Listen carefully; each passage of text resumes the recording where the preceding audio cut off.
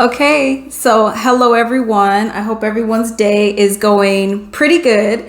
So today, as you can tell by the title, is going to be some in-depth kind of research topics going on here about the American dream, or as I like to say it, the never attainable American dream.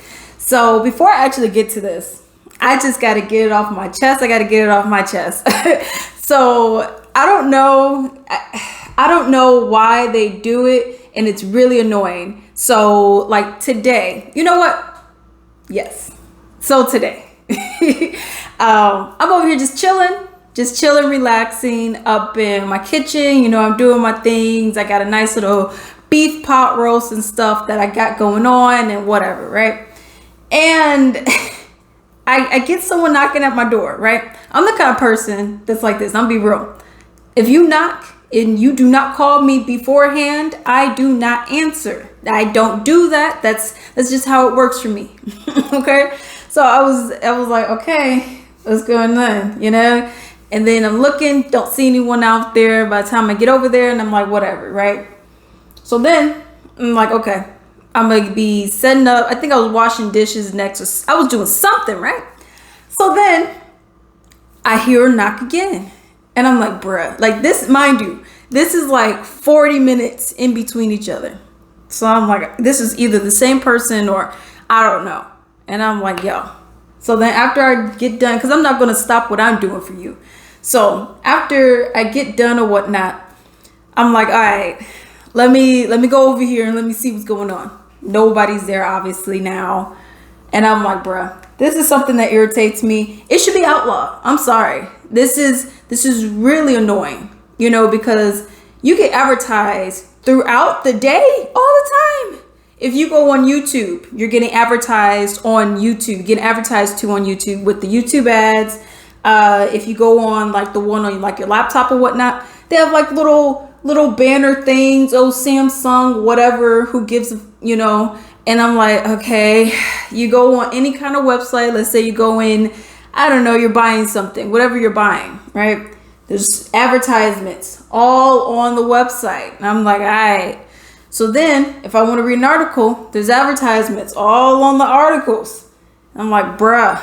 Then you get, you know, then if you're on like, let's say you're scrolling on social medias, for example, if you're like on Twitter or Instagram or whatever, who gives, you know, and you're on there, then you get advertisements constantly. And I'm like, okay, y'all, no matter where you go, there's advertisements. Then you get that third or fourth class, whatever, the third class, or that media mail, that crap, the junk mail. Then you get that stuff coming to your house. You look at it for like, 10 seconds, like, okay, then you trash it. And then you get people coming to your house or apartment, wherever you live. And then they're advertising to you again? Oh no, I'm sorry. That's where I draw the line. Because I mean, I'm just trying to relax. I'm trying to do what I do, my regular stuff. And then now I have to deal with you coming to my house, bothering me. I'm trying to record. I remember the last time I had to trash the videos because someone was banging on my door like 8 something at night.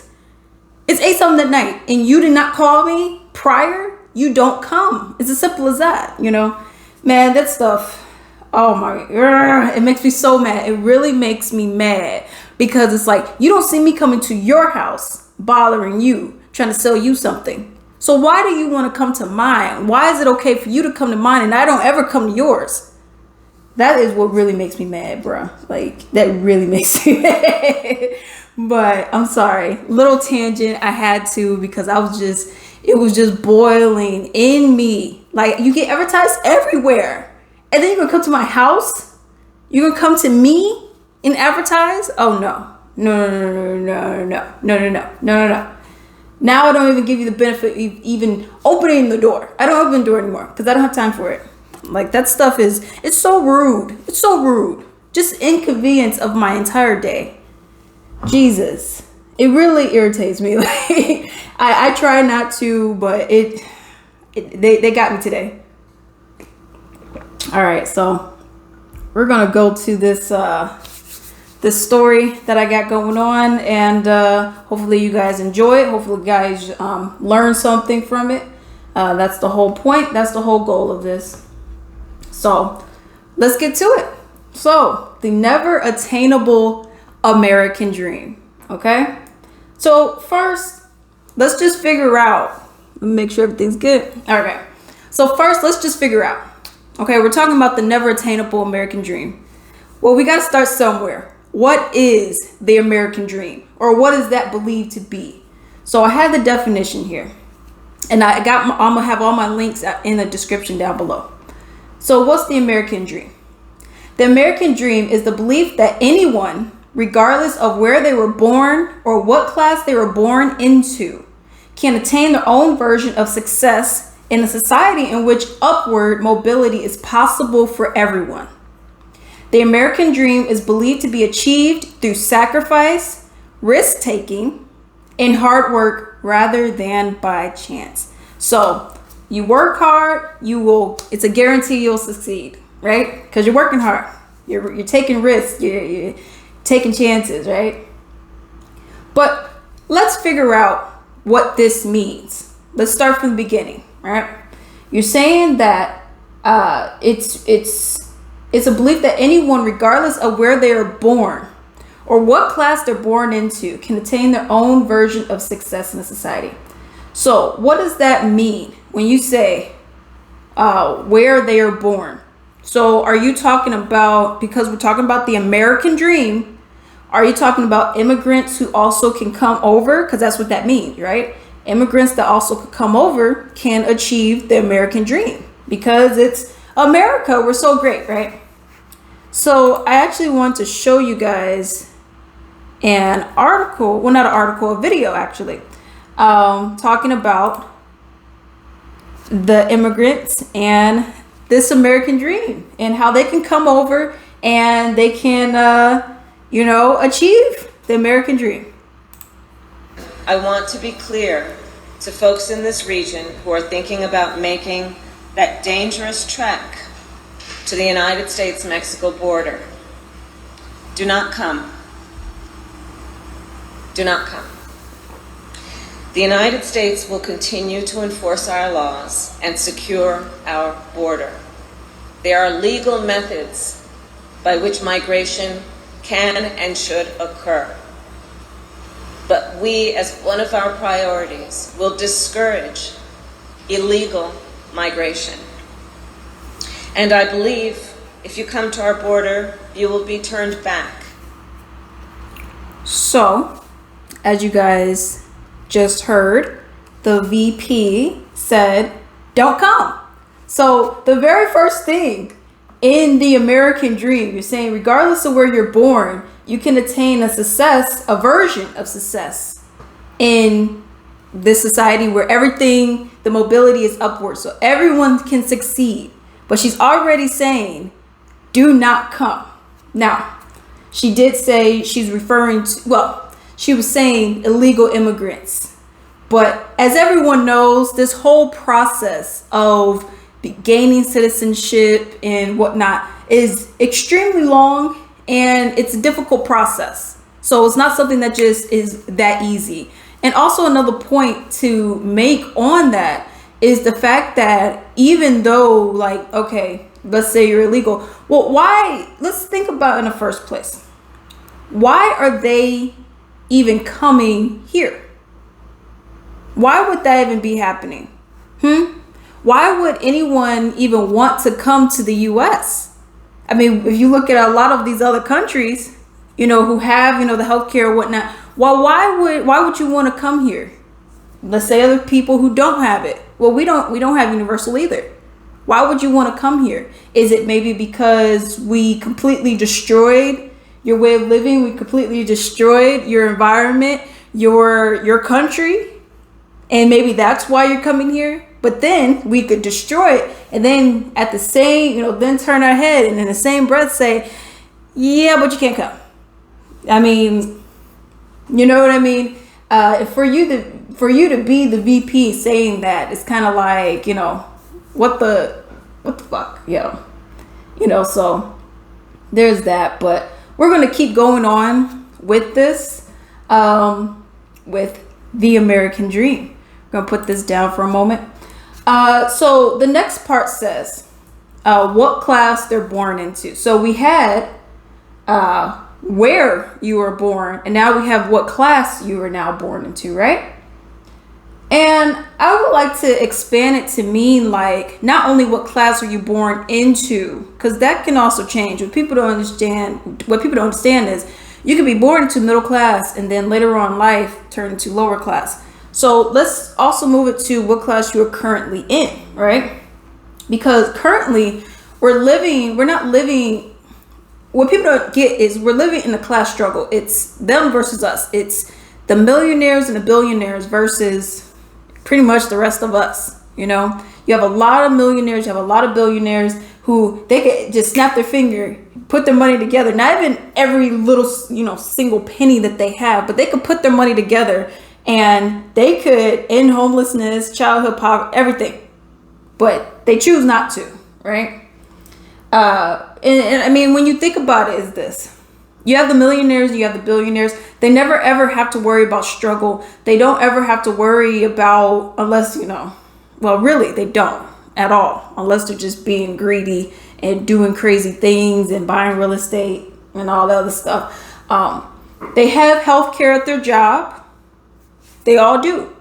And let's say, okay, well, what if they are independent? You have enough money to afford it then.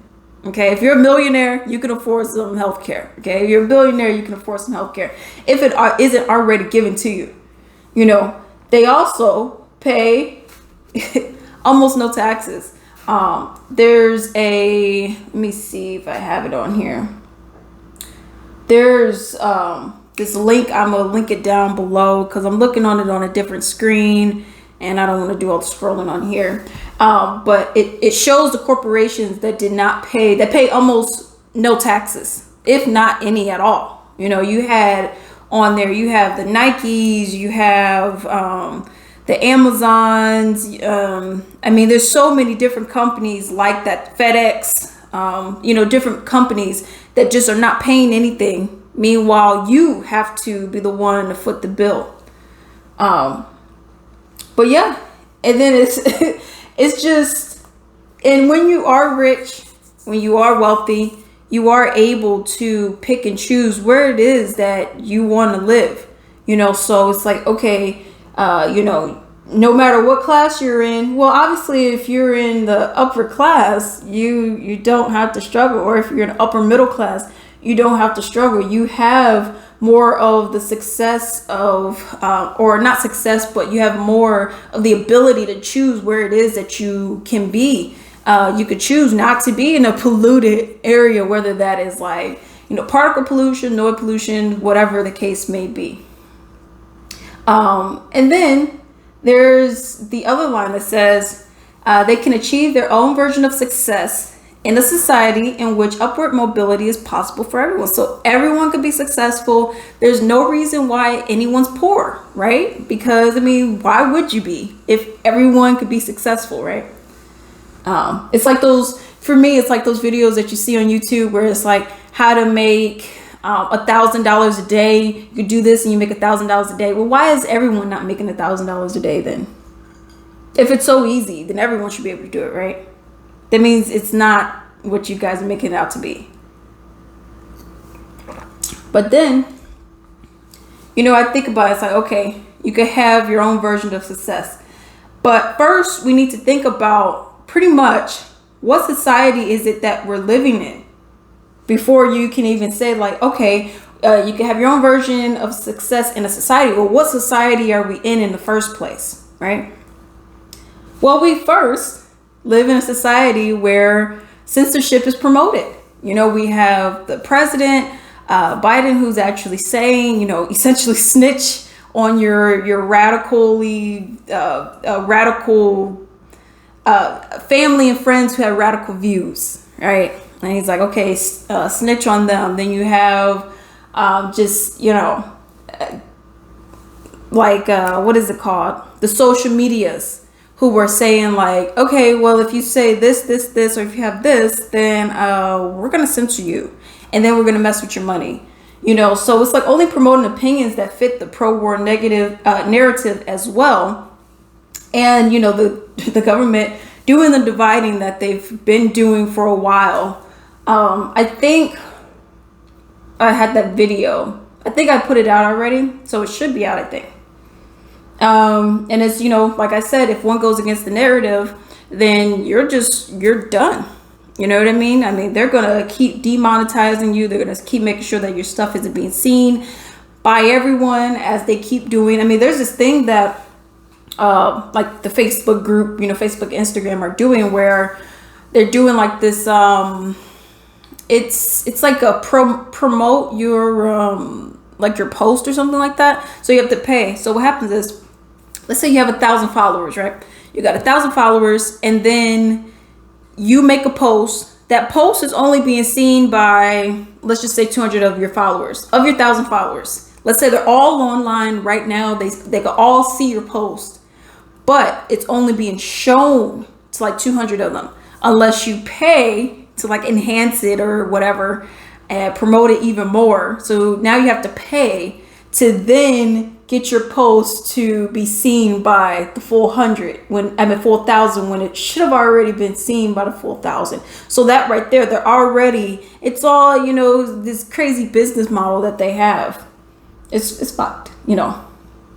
But when you think about it, it's like, you know, they're doing all this censoring. I mean, you have the right of freedom of speech. Well, you don't. You're supposed to have it, but you don't, really. I mean, the results are a loss in funds, because if they demonetize you, you know, I mean, this is the society that we live in, this society that they're saying you could prosper. That's what they're saying. You could prosper in this society where we censor you. Even though this was written back in the day, this is now the society that we have. It's a loss in funds, which then hinders the idea of the American dream, right? If people are exercising their amendment right and are being punished for it, meanwhile others are not, is that not considered a violation of their own success? You know, so it makes you really wonder. It's like, okay, well, if I'm not allowed to say what I want to say, but because I'm not going to this narrative, but they're allowed to say it, is that not, you know, a violation in there for my freedom of speech? That is not really my freedom of speech, right? And what is interesting, because when I was making this video, I was thinking about it, and I went on like this whole typing tangent. So I'm gonna just read exactly what I have written down versus keep looking over, just because I just could not stop typing. So I have right here, this is censorship, and this goes against all that is supposed to be American. This is what makes us different from China or Russia, right? This is what it appears that we are slowly turned into very thing that you have told us to fear. Biden also says, like I said, to pretty much snitch on your family and friends if they have a radical idea. Well, would Malcolm X or Dr. King also have been considered to be or have radical ideals? If so, if it was then, what would the U.S. have done? You know, so it goes into this whole thing of censorship and, oh, well, we're only going to accept this kind of narrative, and we're only going to accept this language over here. And if we have anything different, then that's a problem. Well, I mean, you look at the historical figures that we did have. I mean, not really many now. I mean, we have some obviously now, but not really many that are, you know, pushing it to the limit right now. But I mean, imagine if back then they were over here saying, yo, you know, you can't say this, can't say this, can't say this, you can't do this. Where do you think black people would be? Really? Even if you go to other countries and whatnot, and what it is that they were doing. Oh, well, you can't form groups. You can't do this. You can't do that. Sorry, you guys. Do you think that they would be in the same predicament that they are now, or in the same situation? Would they have bettered the situation? How do you think that would be looking? We would still be oppressed. I mean, even more than what we are. So I find that to be very interesting. But But the next line of the American dream is the American dream is to believe to be achieved through sacrifice, risk-taking, hard work, rather than by chance. So you have to sacrifice, have to take risks and hard work, and you got to work hard, and that's how you get it. Why haven't you guys done it to be successful, right? No, it's fucking ridiculous, right?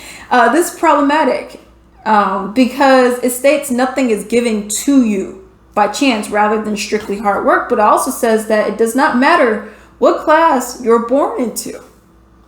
There are some people who are born into a life where the family is rolling in money. They have all the opportunities one could hope for. Meanwhile, you have someone on the opposite side of the spectrum. The opportunities that are presented to them are far fewer than what it is for someone whose family's just rolling in that dough, right? So how can you say that it's achieved by hard work rather than chance?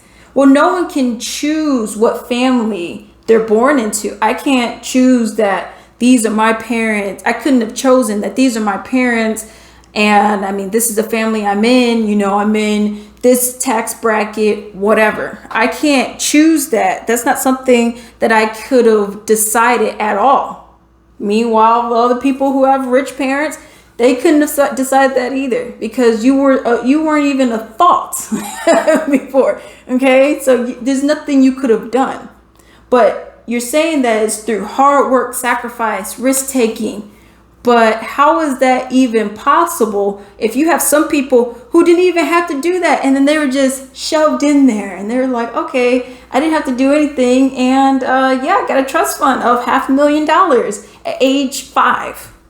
Meanwhile, you have other people who have to work, have to make the money, have to, struggle for a majority of their life just to achieve a little bit, a little tiny percentage of what you were just given. I'm not going to say, just because people got money means that they're just pieces of, what, but I'm going to be real. With me, everything I have, I worked hard for, okay? I worked hard for everything I have, but I also get that you can work hard and you can still not achieve everything that someone like me or who else would achieve. I get that because of these other factors I'm going to then go into. But before I get into those ideas, let's look at what financial freedom is. That's what I want to attain. That's what I'm sure a large majority of the people want to attain as well. Okay? So financial freedom usually means having enough savings, financial investments, and cash on hand to afford the kind of life that we desire for ourselves and our family. Okay? So it's having savings, financial investments, and cash. Okay? And you also need to make sure that you have enough money for, like the rainy day and whatnot, right? So let's figure this out. What do people need to have in order to have the American dream that includes financial freedom? So in order for you to have an American dream that includes financial freedom, what is it that the prerequisites? What is it that you need? Well, one, we need to have enough money so we're not living paycheck to paycheck. We need to have, depending on what area you're in, jobs available. Because if you're in New York, and let's say ain't no jobs in New York, and you got to go all the way to New Mexico, one, that's money that you now have to, use to travel from here all the way over to here. That's money now you don't have. Now you just wasted it. Or I guess not wasted it, but you spent it unintentionally, right? You also have to have enough money in your savings, like I said, just for, savings and for a rainy day. You have to have investments, right? That's what they're saying. You have to be able to live at your means so you can also have a roof over your head, right? Because I'm sure nobody wants to live on the side of the road. Nobody wants to be homeless. People want to have a roof over their head, whether that's an apartment, condo, townhouse, house, whatever the case may be. People also need health care. This is what we need in society so we could have upward mobility. We also need to have healthcare. That does not just include like going to the doctors, getting your physical, whatever. That includes dental, that includes vision. That also, for me, includes holistic remedies, you know. So we want the alternative medicine and we want stuff like that, acupuncture, that kind of stuff. We also need the ability to have things to be affordable. So not having the inflation. If we're making $7.25 an hour, okay, we can't have, or let's say we're making the minimum wage is $7.25, right? And let's say it just somehow goes up to $12 an hour, right? Because that $15, unless they do something about it, I don't see it really happening. But let's say it gets to $12 an hour, or let's just say it gets to $15 an hour, right? Your gallon of milk was, I know my gallon of milk is like 2 something, but I get almond milk, so mine is like 2 something, right? Now, if we're now making 15, my gallon of milk should not be $8. Okay, you can't just be like, okay, we'll pay you more, but we'll also up the price on everything else. You can't do that. I mean, you can't do that and expect the society to be prosperous and have an upward mobility. You just can't do that. But yeah, people need to be able to have a good wage and not have to worry about the inflation. People should not have to worry about, okay, if I get paid more, then everything else is going to increase. You can't do that. So let's think about it. After all the points I made, explained, you know, left and right, up and down, everything about it, the question now remains, how has the American dream become unattainable, right? So, you gotta have money. You have a lot of people who are living paycheck to paycheck. You have the federal minimum wage, which is $7.25. Okay? You have I have this little snippet in here. It says, how is poverty defined in America, right?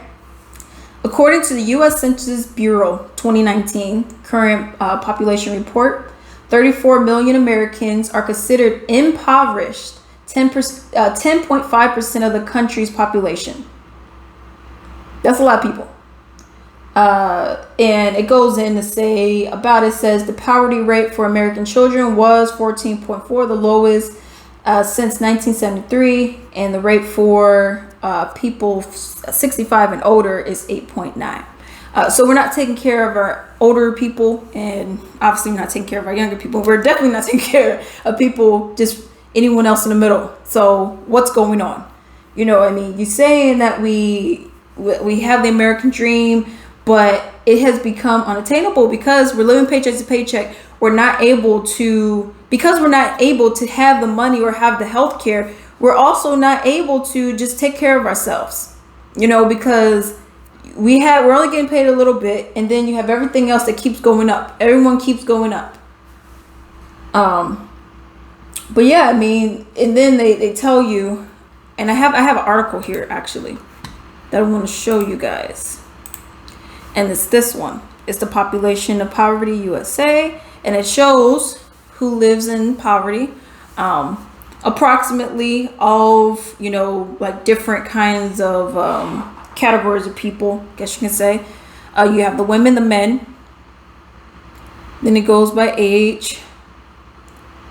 And it shows you guys here for children, seniors, ethnicity, and Native Americans. Because the U.S. just does not give two about them at all. You got the blacks right under. And I mean, if you think about it as well, there's really not that many Native Americans, period, in the U.S. compared to everyone else. And they have the highest of their poverty rate. How does that make sense? Make that make sense. You have black people next. But black people's population is lower than white people in the U.S. Then you have Hispanic, then you got white, then you got Asian. And then they, showed you the economics and whatnot. Yeah, so I'm going to link this down below as well. They got a few other things in here and whatnot. But yeah. This one, it's a really good article. It's povertyusa.org. I really enjoyed it, reading through it, and they got little other things in here that you could look at too, if you guys are interested in it. And then we got this, which is really cool. It's the World Population Review. And I mean, if you click on it, I think, was it hovering or clicking on it? I think it was hovering over it. And it shows you, and this is what I'm talking about with these ads. See, I was looking at this stuff like, what was it, 5 days ago. And they got the ads on here. This is what I'm talking about up here too. Goodness. Got an ad blocker thing. It's overloaded because of how many ads are coming on here. But yeah, so they show you people's income and whatnot. They show you which one has, you know, the highest, which one's the lowest, and all that kind of stuff, which is really cool. They show you which one's the poorest in here. And they give all these little data factoids in here, which is really cool. And I'm sure if you looked it up a little bit more, it would show you like why it may be like that. Is it like an industrial area? Why is Mississippi, you know, like this? Why are they lower than everyone else? But yeah, I think it's really interesting. It's really, really interesting. But yeah, you also have just the fact, and the reason why I brought this one up is because by location, I mean, you have New York, California, even Florida in some areas, which are very expensive places. And then if you look, where are they at? Do they match up to how much their housing costs? They said that's the average, even though we know a lot of those people that are living there, even though in there you may have some people get paid a little bit more, but they're living in like I remember I looked on there the other day. It was like you're paying somewhere like $2,000-$3,000, something like that, for like a studio. And it's like, bruh, like you're not getting the value at all from your money. And that goes with the American dream, right? Because no matter, you know, my class, whatever, as long as I work hard, but if I'm working hard, but I'm working hard and I'm in an area that does not let that be expressed. I'm working hard, but I'm in an area that I'm having to pay higher taxes. I'm having to pay, and that also goes with your class, depending on your class, how much in taxes you'll be paying. But I'm paying higher taxes. I'm paying for a 1-bedroom for me and 2 other people. We're living in a 1-bedroom like studio thing for like, you know, each of us are dishing out $1,000, $1,200, whatever, and you're not getting the value. Then you look at other food places, food goes up. I mean, man, I went to a grocery store the other day, and it was ridiculous how much I spent. I'm like, yo, like y'all tripping with these prices. But also, it's to go along with that, with this whole American dream, you know, with where's the part that I'm looking for? With American Dream, and with that, you will want to be financially free. So that's why I brought up that part. But if you think about it, it's like, okay, we want to be financially free, and we also got to have investments. That was one of the parts in there, right? But you have this whole thing where when did you learn about investments? When did you learn that, yeah, you should probably be investing money? I can tell you, I think I started investing. When did I start investing? I think I started sophomore year. I think I started like sophomore year. Yeah. I think it was sophomore year that I began to invest. Sophomore or borderline junior. I think it was sophomore year that I started investing. And I mean, where did that even start? I was on YouTube, happened to be browsing, looking for like how to make some money quick, how to make money fast, you know, in 2021 or whatever, you know, right? And I'm looking, and it was this one guy that was talking about investing, and I'm like, maybe I should invest. and that's what got me into investing. But why was I not investing in high school? Why did I not do it my freshman year? Why are we not learning about how to invest in this terrible American system? That's what it is at the end of the day. I remember I was in, I want to say it was middle school that I was in. And so our class, we were like ahead of schedule or whatnot. And the teacher was like, okay, well, we're ahead of my other classes. You guys are great. So she brought in like these paper checks, print out papers and whatnot, just to teach you how to do it. Handed everyone a check and was like, okay, I'm going to teach you guys how to write a check. And we were all writing checks. It was so random, right? It was completely random. And she was like, okay, I'm going to teach you guys how to write a check. And then we were writing a check. And then she was like, okay, cool, you guys, that's great. And that was the last time we even dealt with writing checks at all. That was the last time. Literally. No more after that did we learn how to write checks, or did we, nothing, right? So I was in AP Gov and economics my senior year of high school. So you had AP Gov like the first semester or whatever, and then you had economics the second semester. And I'm like, bruh, we learned a little bit about economics. They were like, okay, here's this, learn nothing about investing. Learn like, okay, this is how you tally how much you have to repay in student loans. Everyone go to college, you guys. But I'm not going to teach you anything about investing. I'm not going to really teach you too much about all these different kinds of loans. You got to do all that stuff yourself. I mean, I'm just a teacher, okay? I'm not going to be doing all that. I'm not going to teach you about, savings. I'm not going to teach you about this. So good luck in the real world. And then you wonder why you have so many people walking around that don't know how to write a check, which is just, it blows my mind when I find out like people don't know how to write a check. I remember I was like, oh, I got to get some checks because I got a new card or whatever. And I was like, okay, I got to get some checks for the bank. And they were like, what you need checks for? I'm like, so I can write a check if I need to? What do you mean? Oh, well, how do you write a check? What do you mean, how do you write a check? How do you not know how to write a check? I thought that was common knowledge, just like cursive. That's another thing. People are not teaching people how to write in cursive. I believe they stopped that a couple years ago, I found out. So now you got a whole bunch of people who don't even know how to write a signature.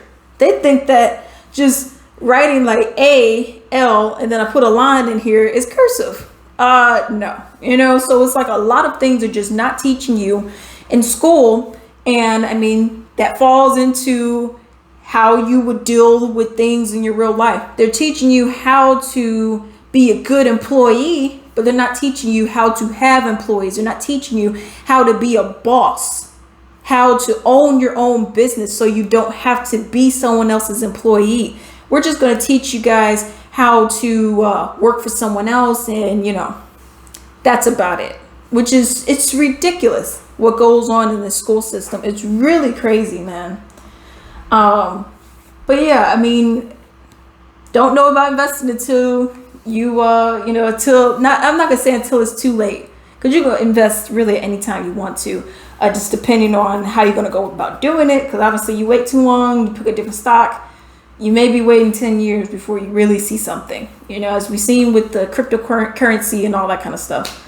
But that's just where we're at with it. And it really sucks because, I mean, if I would have known, I would have bought, it was this one stock I was going to get, right? And I was looking at it, it was like $200 or something. And I was like, yo, I was like, I don't know anything about this. And I was like, I don't know, whatever. I don't think investing is all that important, right? I looked, the stock went up to $800. I'm like, bruh, if I would have just put it in when it was like $220, whatever, and now it's $8, I would have had a nice little chunk of change, because I would have bought like 2 or 3 of them. But I didn't even think about it because I was just doing it. I wasn't doing it because I was like, oh yeah, so I'm gonna make a lot of money in the future. No, I was just doing it to do it. I was like, whatever, let me dip my toe in there, and we see what happened. But yeah, I mean, so knowing how to invest, knowing how to manage your money. It's not just investing, in my opinion, for financial freedom, but knowing how to manage your money in general. So that goes towards like a large amount of subcategories. Knowing how to save, not just saving, but knowing how to save. Yes, you have medical bills. Yes, you have credit card debt. Yes, you have, a car note, but you don't just have, let's say you make $1,000 a week, right? You can't just put the whole $1,000 on bills and be like, okay, now I don't have anything in savings. No, maybe you don't pay it all the way. Maybe for your credit card, maybe, if you got 300 here, 300 here, maybe you save out of the $1,000, $300 of that. So then you will have the remaining amount that could go two here, two here, two here, two here, whatever, one here, whatever it is. And, it's just saving a portion. People just keep saying save, go and save, gotta save, gotta save, gotta save. But you're not teaching people how, because people are like, okay, well, I got bills, so I want to get all the bills paid off as soon as possible. Here's my whole check. And then they haven't saved for months because they've just been giving out the entire check. And this debt is going to linger for another 2 or 3 years. So that when something, you get a rainy day, now you don't have any money, which is problematic. It's very problematic. But yeah, and it just relates to all that. You have the healthcare. Jesus with the ads. This is what I'm talking about. What the heck, yo?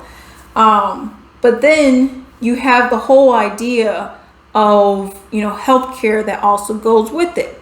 Managing money, can't really do that much with it, right? You want financial freedom, you also need to have healthcare. You also need to be able to, and that's how you can keep having your financial freedom, is by having healthcare. You gotta have it still. If something happens, rainy day, now you just wiped out your entire savings in your checking. But if you have healthcare, the chances of that happening, unless it's something just absolutely ridiculous, you're not going to have that problem. You look at it and you see that you have the squad, who are supposed to be for Medicare for all, and they've done nothing at all for it. They've done nothing. You elect people who are supposed to help bring the society to upward mobility, and the people that you elect aren't doing anything for you. So it's ridiculous. The next point I'm gonna go to in regards to this, how the American dream is unattainable, is and this is the last point of it, is the affordability of it. And this is what I was saying. You have housing rates that have gone up, food more expensive, gas is more expensive, healthcare is non-existent, education that is supposed to, now there's two arguments to this with the education. Now you have some people who are like, okay, I'm not for it. Was this another one I was trying to show you guys? Oh yeah, this was another one with the savings. But you have some people who are like, you took out the loan, that's your business, you need to pay it off, boom. But the problem with that is this: when you are comparing the US to other countries which are similar to us, it's free health, it's not healthcare, but with that too, but it's free education. So if you look at that and compare it to other people, it's like, well, what are we doing wrong? Why are we not having it? Or even in a state of a pandemic, and you're fighting. I remember when they were doing these stimulus checks or whatnot. I was like, okay, so you guys are all this huge debate over a what was the first one? $1,000, $1,200. It was $1,200. And I was like, okay, this huge debate is going on by it, and I was like, how many times is that reoccurring? And then they were, oh no, that's not recurring. So we're arguing over one $1,200 check. And this has been going on for over a year. We're arguing over one check that is $1,200. The other one was, I believe it was $600. One check that was $600. One check. Meanwhile, people have become billionaires, millionaires. You got the people who are arguing for these $1,200 and $600 checks. You have these people who are making $200,000, $300,000 and up, and they're complaining about you who was only making $30,000, $20,000, $35,000, $40,000 getting one check. I was like, bruh, that's crazy, and I still haven't received it. So what's going on with that? But I mean, so that's the problem with the education thing. And it's like this. All right. I know you're not going to get rid of all of it, because I mean, there's other things you could have done that would, in my opinion, would take priority over this. $15 minimum wage now, not $15, in 10 years from now, but $15 minimum wage now. And just the healthcare, in my opinion, that takes precedence over, student loan debt. Because even though I don't need those right now, you have a lot of people who do, and that's the problem with Americans. People think about myself. It's only me, it's me against the world, you guys. So whatever, I don't care what anyone else does, right? But it's like, okay, but you're not the only one. Just because you're getting $15 and just because you already have Medicare or some kind of health care through your employer or whatever, however that works out for you. You have to also think of other people who are dealing with what they're dealing with. They're struggling too. You can't just be thinking about, oh, me. It's my life. I need to work hard and that's it. And then you wonder why you're still broke or why you have all these problems in your life still. Because you're only thinking about yourself. You're not thinking about everyone else. As we've seen, the crime rate went up drastically from before COVID and after COVID. We've seen that because people are desperate. People are still in those catalytic converters on the cars. People are, straight up broad daylight robbing you, and they're doing all of this because I'm not saying I don't condone it, but I'm saying they're doing it because the government has failed them completely. And they're just like, whatever, why should I care? So why should I care about you if I can't even get, my $1,200? Why should I care about you if they can't even give me $15 minimum wage? They don't give me health care. I watched my, sibling die. I watched my family member die. And they don't care and they haven't cared. So why should I care about you? And then you got a whole society now mad, bitter, angry. And you're wondering why. You're like, man, gee golly. You're wondering why your house is getting vandalized. That has happened. People's houses, you got some of these senators and Congress members whose houses are getting vandalized because people are just like, F you. You don't care about us. So if you give people money and you actually take care of, I'm not saying just whip out $5,000 every month and be like, well, here. No, but you give them enough that they can actually live on. If you are someone making really $90,000 and up or whatever, and you're looking at how much you spend a month, give them what you're making, how much you spend every month. Give them that. Oh, that's too much. Well, what do you think with them? You think $1,200 is enough for a family of 2, 3, 4, 5 a month? Come on, y'all. Come on. So that's my whole issue with that. And that's why I feel like that idea of the American dream is not attainable. And unless pretty much everything changes, it won't be at all. But being American, we always got to find blame in someone else, right? So who else is to blame for why our American dream isn't great? No one. Okay. Try to do a little research. No one. There's no one else to blame but yourself. Okay. America is messed up because of the people governing it. As simple as that. That's just what it is. But like I said, I brought up the whole idea of what we did to them. And then you think that people have really done that much to us. In all honesty, you know what? I don't want to get into what I was going to say right now because it would just be too much. And I'm not in the mood for that right now because I got to watch my movie after this. But thinking about how the American dream is unattainable, where do we go from here? All right, I said everything needs to change, but what exactly? Right? We need to have different laws. We need to have amendment to these laws as well. For this, we want to be able to have a society, a healthy, clean society. We have to start putting restrictions on businesses as well. We have to put restrictions, especially, businesses that are doing a lot of the pollution and they're poisoning water of certain areas that have people in there or whatnot.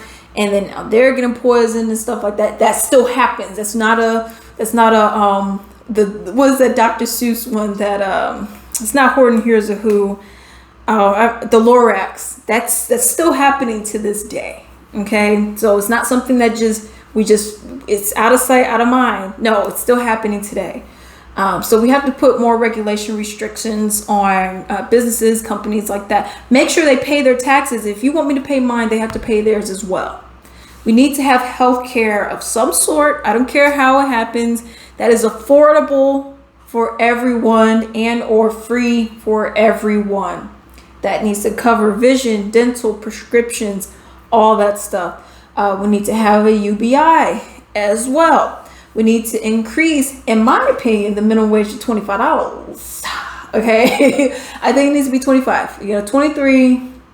I think it needs to be 25. In all honesty, looking at the different areas that people are living in, 23 is good. 25 would be better, in my opinion. Off topic, but better voting laws as well. And we need more money to go for infrastructure, childhood poverty, and homelessness. And I feel as long as we have all three of those, well, not all three, but as long as we have those different remedies, if you will, we will have a better society. We will then be in a society where we can have this American dream. We can be in a society where we can, that wouldn't matter where you're born, what class you're in or whatnot, because then you will have everything else that is already granted to other people. You will have certain benefits. You'll be in cleaner areas, not with all this crazy pollution. You'll be in cleaner areas. You'll have, if you have any kind of healthcare matters, they'll always be taken care of for the most part, obviously. You'll have enough money to afford everything, not worrying about if I'm getting paid $25 now to buy a carton of eggs, $18. Okay, so you won't have to worry about the inflation process. It's a lot of things that need to happen in order for this American dream to, show its face, if you will. So that's my opinion on it, and why it's until all this stuff happens, it's not attainable. It just is not attainable. It won't happen until everything else falls in line with it. But I hope you guys enjoyed the video, and definitely like, comment, and subscribe. And I hope you guys learned something from it, and tell me what you guys think. Maybe the American dream, why in your opinion it may be unattainable, or why do you think it is attainable? I don't know. If you think it is, let me know.